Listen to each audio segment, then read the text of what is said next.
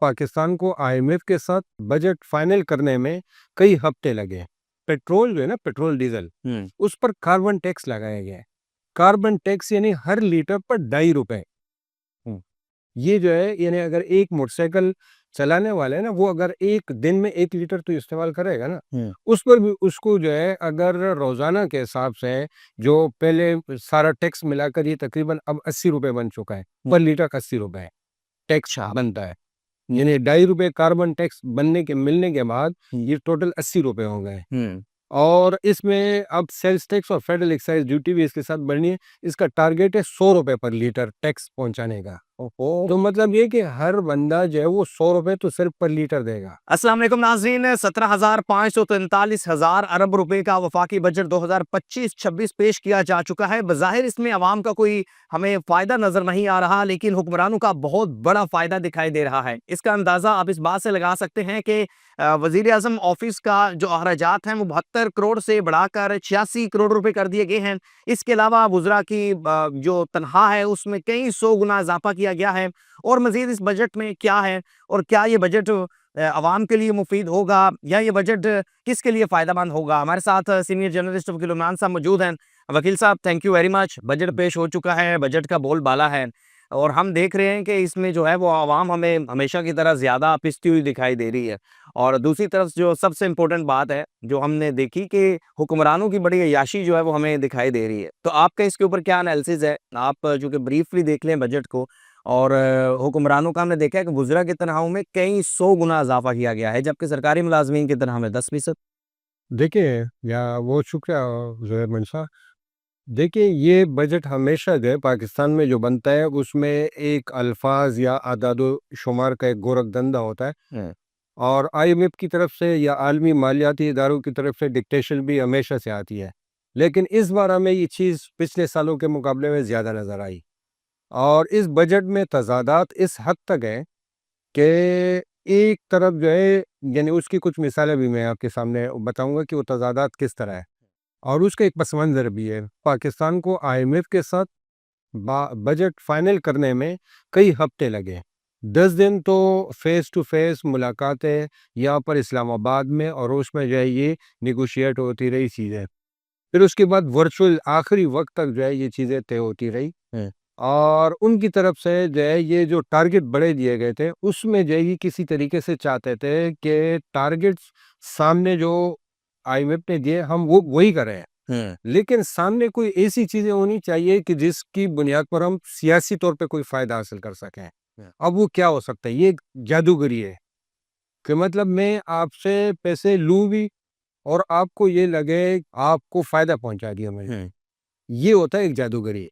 यानी इसको आसान अल्फाज में आप ये समझें कि इस वक्त जो टैक्स कलेक्शन जो है ना, कि पूरे साल में कितने टैक्स हासिल करने हैं, उसका 14,000 अरब रुपए का टारगेट हदफ जो है तय किया गया है। ये पिछले साल के मुकाबले में 2,000 अरब रुपए ज्यादा है। इसका मतलब ये है कि 2,000 अरब रुपए आवाम से ज्यादा वसूल करने हैं। हकीकत ये सिर्फ यही है ओके, पूरे बजट की ये हकीकत है। कि 2,000 अरब रुपए आवाम की जेबों से ज्यादा निकालने हैं। हाँ। बाकी इनकी तनख्वाहों में तनख्वाहदार तबके के को जो है उसके टैक्स में थोड़ी कम कर दिए, सरकारी मुलाजमीन के 10% इजाफा कर दिया। ये सारी जादूगरी हाथ की सफाई है। ओके, जैसे एक मैजिशियन हाथ की सफाई दिखाता है। जी, अब हाथ की सफाई किस तरह है हाँ। कि 10% जो है अगर आप इसको कैलकुलेट करेंगे तो ये इतने नहीं बनते। 10% तनख्वाहों में जो इजाफा है उसके मुकाबले में पेंशन में इजाफा कर दिया गया है। सिर्फ ये नहीं कि पेंशन में इजाफा कर दिया है, एक इसके साथ साथ ये कर दिया है कि पेट्रोल जो है ना, पेट्रोल डीजल, उस पर कार्बन टैक्स लगाया गया है। कार्बन टैक्स यानी हर लीटर पर ₹2.5। ये जो है यानी अगर एक मोटरसाइकिल चलाने वाला है ना, वो अगर एक दिन में 1 लीटर तो इस्तेमाल करेगा ना, उस पर भी उसको जो है अगर रोजाना के हिसाब से जो पहले सारा टैक्स मिलाकर ये तकरीबन अब ₹80 बन चुका है, पर लीटर का ₹80 टैक्स बनता है। यानी ₹2.5 कार्बन टैक्स बनने के मिलने के बाद ये टोटल ₹80 हो गए। और इसमें अब सेल्स टैक्स और फेडरल एक्साइज ड्यूटी भी इसके साथ बढ़नी है। इसका टारगेट है ₹100 पर लीटर टैक्स पहुंचाने का। तो मतलब ये कि हर बंदा जो है वो ₹100 तो सिर्फ पर लीटर देगा। और इसके साथ-साथ जो है वो दीगर जो चीज़ें इस्तेमाल कर रहा है, यानी वो अगर वो फ़र्ज़ करें गाड़ी अगर कोई मुतवस्सित तबका का है, अब वो गाड़ी इस्तेमाल कर रहा है 660 सीसी से नीचे है, तो उसको भी जो है 12% टैक्स था, वो 18% कर दिया है। ओके, और ऑनलाइन ट्रांजैक्शन के ऊपर भी ये बात हो रही है पहली दफ़ा कि ऑनलाइन खरीदारी पर भी टैक्स होगा, इससे क्या मुराद? ऑनलाइन अच्छा, एक तरफ बात की जाती है जो मैंने शुरू में कहा ना कि तज़ादात से भरा हुआ है यहाँ। हाँ। एक तरफ कहते हैं कि डिजिटली पाकिस्तान को हुँ। बढ़ाना है, डिजिटलाइज़ेशन की तरफ। हुँ। पिछले बजट में जो है ना ये चीज़ें थी कि डिजिटली हम अपनी इकोनॉमी को डिजिटलाइज़ डिजिटलाइज़ कर रहे हैं। अच्छा, उसके बिल्कुल बरअक्स ये कदम उठाया गया है हुँ, कि अगर नॉन फाइलर हुँ, अगर बैंक से पैसे निकालेगा तो उसको 0.6% या से लेकर 0.8% उसके कट जाएँगे। हुँ, तो अब किसी का दिमाग खराब है कि वो बैंक में पैसे निकाले, वह पैसे रखे हुँ। और फिर निकाले और फिर उसमें पैसे काटे। वो घर पे रखेगा, कैश में डील करेगा। हाँ, जो आप कह रहे थे ना कि घर पे और जो पॉलिसी थी सरकार की हाँ। कि आप डिजिटली करें, बैंकों में पैसे रखवाएँ, डिजिटली वो करें। हुँ। तो जब आप इतने पैसे काटोगे तो किसी की कौन क्योंकि हमने जो पहले फ़र्क देखा है कि कार्ड के ऊपर तकरीबन 8% होता था, अगर हम कहीं से परचेज़िंग करते हैं और कैश के ऊपर 15% था। अब ये 18% जब उधर ही कार्ड के ऊपर फिक्स कर देंगे, तो फिर तो सभी कैश में डील करेंगे। कैश में करेंगे या बिल्कुल देंगे ही? हाँ। अच्छा, दूसरी बात ये है कि बैंकों में कुछ बुज़ुर्ग होते हैं, हुँ, ख़वातीन होती है, कोई पेंशन की रकम होते हैं, वो हुँ, कोई कारोबार नहीं कर सकते हैं। हम इसमें नहीं जाते हैं कि बैंक पे पैसे रखने चाहिए, नहीं रखने चाहिए, सूद लेना चाहिए, उस पे बात नहीं करते हैं। हुँ, उन्होंने पैसे बैंक में रखे और उनके पास एक अमाउंट आ रही है, उससे उनका खर्चा चल रहा है। हुँ, इस बजट में उन पर भी लगा दिया है कि जो लोग बैंकों में पैसे रख रहे हैं, हुँ, उस पर भी टैक्स लगा दिया है। तो यानी आप बैंक में रखने वालों को भी अब डिस्करेज करें कि बैंकों में न रखें। नॉन फाइलर हो तो वो गाड़ी खरीद नहीं सकता। वो जो है प्रॉपर्टी नहीं खरीद सकता। भाई नॉन फाइलर जो है ना, नॉन फाइलर को आपने गुलाम बना लिए, इस मसले को समझें। नॉन फाइलर जो है ना, आप एक सिर्फ एक रस्मी कार्रवाई है कि वो सिर्फ फाइल नहीं करता। बाकी टैक्स इस मुल्क में कौन नहीं देता? मैंने आपके सामने जो है जो मिसाल बताई कि पेट्रोलियम पे सिर्फ पेट्रोल डीजल पर 100 रुपए पर लीटर हर शहरी दे रहा है। ना उस समय तो देना ही देना बाद में। अगर वो कोई खातून या खाना है, वो अगर मोटरसाइकिल नहीं चलाती या अगर कोई गाड़ी चलाने वाले छोटी गाड़ी वाले, अगर वो इस्तेमाल करने वाले नहीं भी है, घर में जो है जो साबुन है, शैम्पू है, टूथपेस्ट है, दूसरी दीगर चीज़ें, इन सब पर टैक्स है। हुँ, बिजली पर टैक्स है, फिर इसकी बिजली का बिल जो है आप देखेंगे पूरी लिस्ट है। हुँ, ये tax, federal excise duty, sales tax, further tax, extra for petroleum development levy हुँ, और सरचार्ज और पता नहीं क्या-क्या ये सारे लगे हैं। बिजली पर भी दे रहे हैं। हाँ, 40 रुपए पर जो है ना, ये जो 100 रुपए का कार्ड होता है टेलीकॉम के, तकरीबन 40-45 रुपए उस पर टैक्स कटता है। हुँ। उसके बावजूद कहते हैं अवाम चोर है, अवाम जो है वो टैक्स नहीं देती। अच्छा, अवाम तो पिस रही है, इस लेकिन इसमें देखें सबसे इम्पोर्टेंट बात ये है कि वो वज़ीर, वो वुज़रा जो अवाम की खिदमत का दावा लेकर, नाम लेकर आते हैं, इस दफ़ा पहली दफ़ा उनकी तनख्वाहों में कई सौ फ़ीसद इज़ाफ़ा किया गया है और 2,05,000 रुपए पहले जिसकी चेयरमैन सेनेट या डिप्टी स्पीकर की तनख्वाह थी, अब वो तकरीबन 21 लाख से तजावज़ कर गई है। आज जब सवाल किया गया है वफ़ाकी वज़ीर ख़ज़ाना औरंगज़ेब से एक सहाफ़ी ने, तो उन्होंने कहा कि देखें जी 2016 के बाद तो इज़ाफ़ा नहीं था हुआ और 9 साल बाद हमने जो है ये इज़ाफ़ा किया है। इसको आप कैसे देखते हैं? देखिए, ये एक तिहाई अजीब-सा जवाब दिया इन्होंने। हुँ, जो सरकारी मुलाज़मीन के साथ आप एमपीए, एमएनए को कैसे मिला सकते हैं?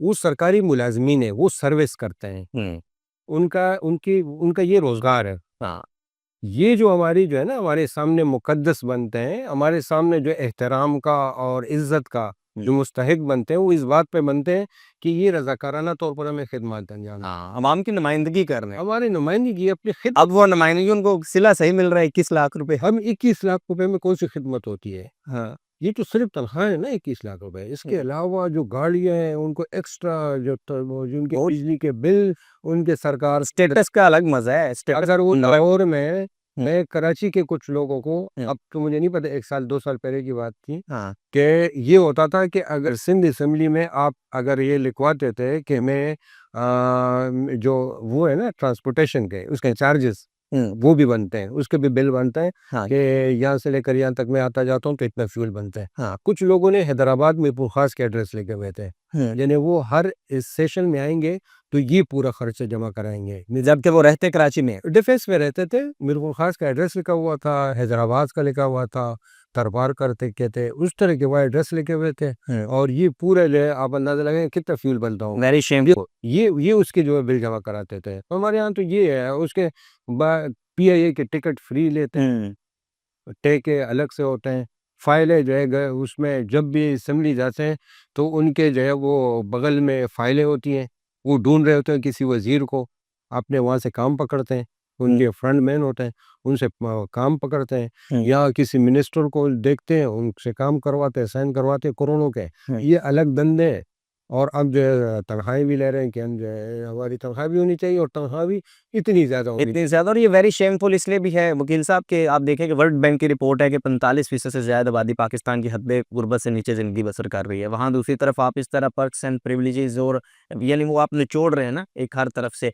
अच्छा, एक और टेक्निकल बात ये है कि आज सहाफ़ियों ने एहतजाज किया जब वफाकी वज़ीर औरंगज़ेब जो है वो प्रेस कॉन्फ्रेंस कर रहे थे, साथ चेयरमैन FBR भी थे। तो सहाफ़ियों की तरफ से कहा गया कि हमें जो पोस्ट बजट के बाद जो टेक्निकल ब्रीफिंग दी जाती है, जो कि लास्ट 30 ईयर से एक रूटीन है, वो नहीं दी गई। इसका क्या मतलब है? ये टेक्निकल ब्रीफिंग क्या होती है? क्योंकि देखिए, ये हमेशा से रवायत रही है कि FBR की तरफ से, क्योंकि ये सिर्फ तकरीर, बजट तकरीर नहीं होती, बजट तकरीर के पीछे फाइनेंस बिल होता है, और फिर कस्टम के FBR के कुछ कवानीन में तब्दीली की जाती है, तरमीम की जाती है, तजवीज़ की जाती है कि ये कानून इस तरह तब्दील होगा, ये इस तरह तब्दील होगा, और इसमें ये तब्दीलियाँ होंगी। वो टेक्निकली कोई नहीं समझता।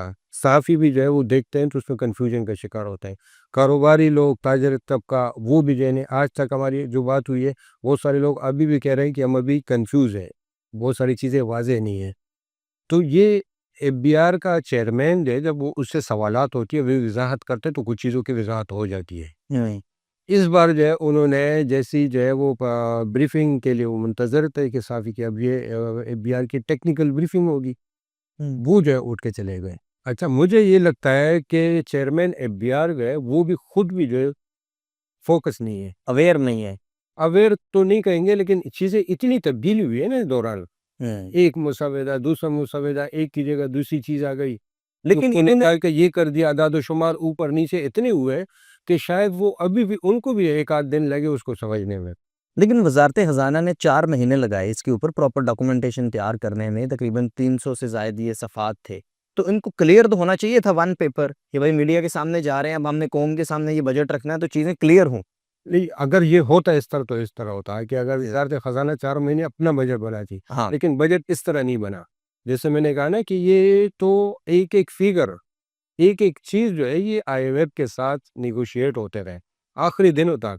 2 तारीख को बजट आना था, इस वजह से डिले हुआ कि 2 तारीख तक जो है वो मामला तय नहीं हुए थे। अच्छा, एक अहम लास्ट सवाल हम ये करेंगे कि आईएमएफ की हमेशा हुकूमत ये कहती है कि हमें आईएमएफ का प्रेशर है। आईएमएफ के साथ जब डील करिए बैठते हैं, तो आईएमएफ की तरफ से मुमकिन शराइत क्या होती होंगी? आप सीनियर जर्नलिस्ट हैं, आप बताएँ कि क्या वो ये कहते हैं कि आप पेट्रोल महँगा करें, बिजली महँगी करें और आप वज़ीरों की तनख्वाहें बढ़ा दें? आप खुद अय्याशी करें, अवाम के ऊपर सारा लोड डाल दें। क्या आईएमएफ की ये शराइत होती हैं या कुछ और होती हैं? देखिए, IMF को जो है बदनाम किया जाता है, और IMF के कंधे पर जो है ना को बंदूक रख कर चलाया जाता है।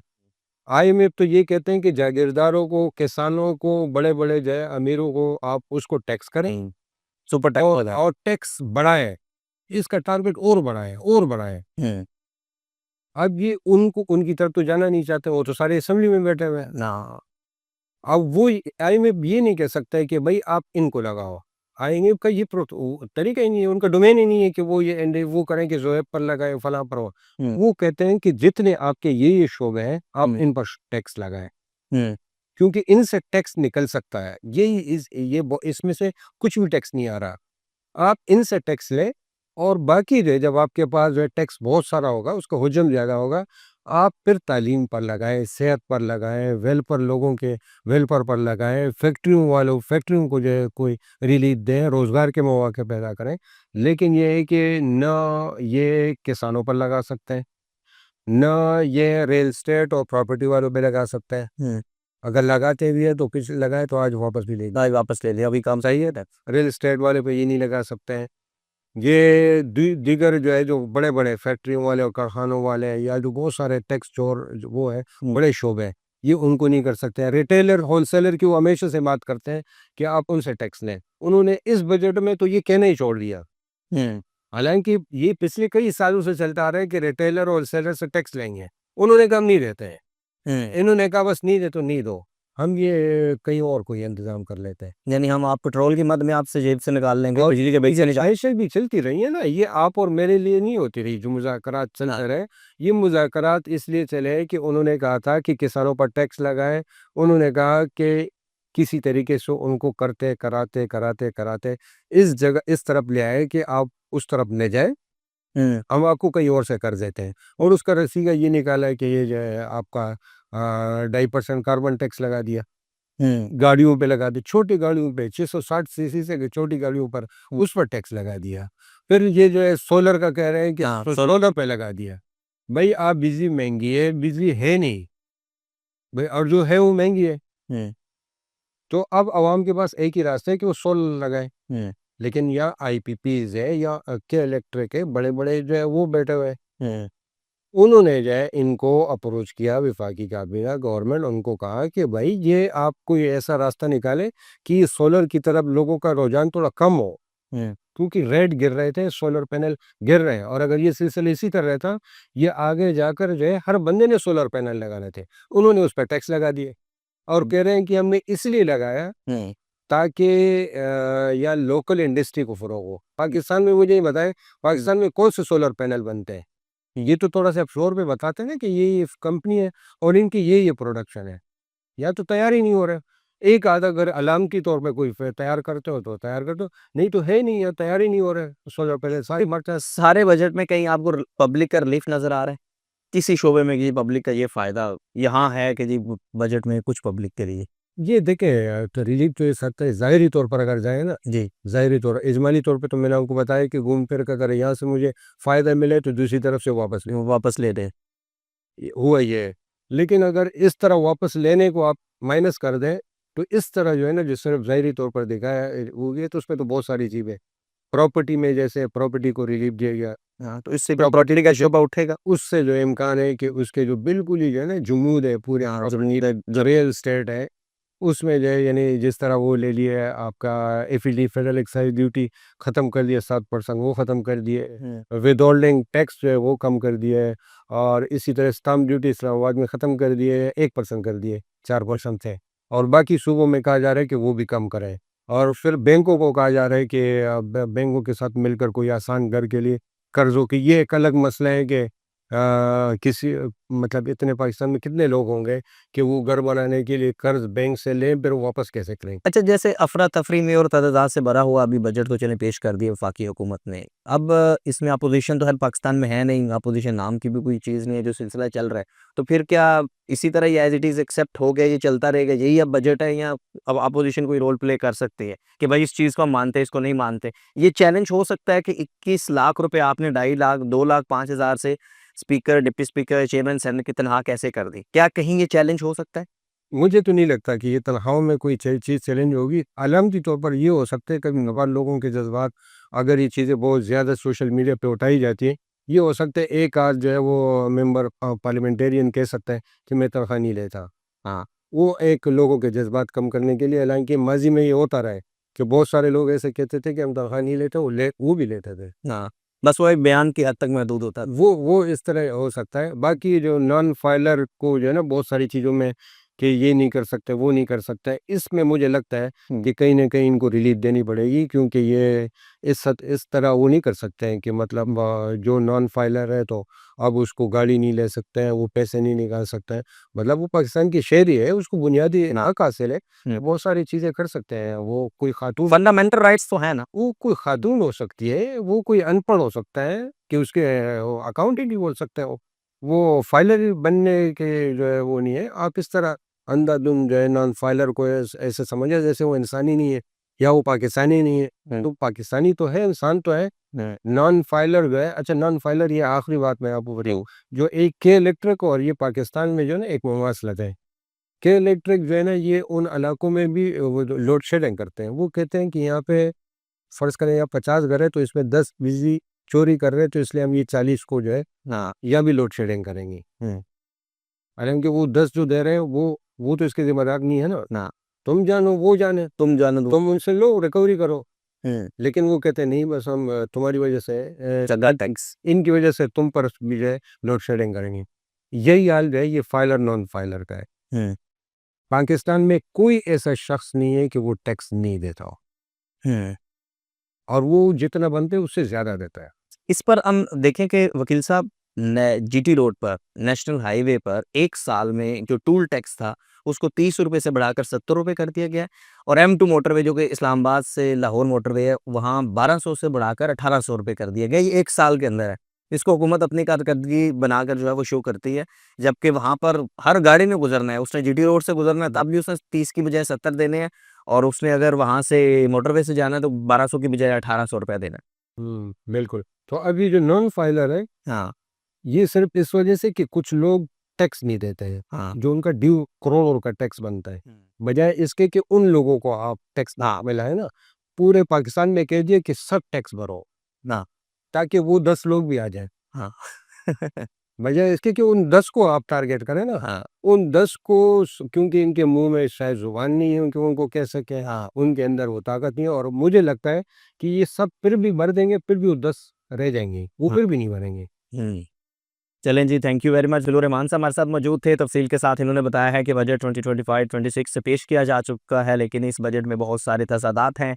इस बजट में आवाम को रिलीफ के हवाले से कोई बुनियादी तौर पर हमें इक़दामात, स्टेप नज़र नहीं आ रहे। हुकूमत जिन चीज़ों पर ज़ोर दे रही है, यानी पिछले साल हुकूमत कह रही थी कि हम डिजिटलाइज़ करेंगे, इसी साल हुकूमत जो है वो खुद ऐसे स्टेप्स उठा रही है जिससे जो है वो कैश लेन-देन को मज़ीद फ़रोग़ मिलेगा। और सबसे बढ़कर के एक तरफ अवाम है और दूसरी तरफ हुक्मरान है, और हुक्मरान वो जो अवाम की खिदमत के लिए आते हैं, अवामी नुमाइंदे, उनकी तनख्वाहों में लाखों कई गुना इज़ाफ़ा किया गया है, और 2,05,000 से तनख्वाह बढ़ा के 21 लाख रुपए कर दी गई है। और तज़ादात से भरा हुआ ये बजट जो है आप देखते हैं कि आगे किस रुख जाता है, और इस पर अपोज़िशन क्या किरदार अदा करती है। अवाम की तरफ से, आपकी तरफ से जो सवालात हैं, कमेंट्स हैं, ये बहुत मैटर करते हैं कि आप इस बजट के ऊपर जो आपको तहफ़्फ़ुज़ात हैं आप उठाएँ, कमेंट्स बॉक्स में जाकर अपना कमेंट करें, आप अपनी राय का इज़हार दें, आप फीडबैक दें, और ये वीडियो आपको कैसी लगी ज़रूर आप बताइएगा। देखते रहिए वकील रहमान ऑफिशियल यूट्यूब चैनल, क्योंकि ये आपका अपना यूट्यूब चैनल है। Thank you.